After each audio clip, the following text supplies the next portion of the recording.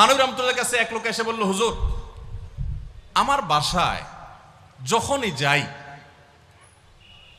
দরজাটা খুলতে দেরি, আমার মাথার উপরে আকাশ ভেঙে পড়তে দেরি নেই। যেটাই করি, বাজার করে এনে তার হাতে দিলেও রাগ, রাখলেও রাগ, আমার সাথে সারাদিন শুধু ঘেউ ঘেউ করে হুজুর, আর সহ্য করতে পারি না। আমারে কোনো দোয়া দুরুদ আমল শিখাই দেন যে আমার এই বাসার অত্যাচারটা যেন থামে। তো থানভী রহমতুল্লাহ বললেন যে শোনো, তোমার একটা বুদ্ধি শিখাই দেই, দোয়া দুরুদ না। বুদ্ধি হলো, এখন থেকে বাসায় গিয়ে দরজা নক করবা, যে নক করার আগে 1 মিনিটের মোরাকাবা করবা। কি করবা? মোরাকাবা বুঝেন? ধ্যান। ধ্যান এটা কল্পনার জগতে ডুবে যাবা 1 মিনিটের জন্য, জাস্ট 60 সেকেন্ড। কি ধ্যান করবা? দরজা যায় থামবা, থেমে চোখ বন্ধ করে মাথাটা নিচু করে চিন্তা করবা, আমার ঘরের ভিতরে একটা কুকুর আছে,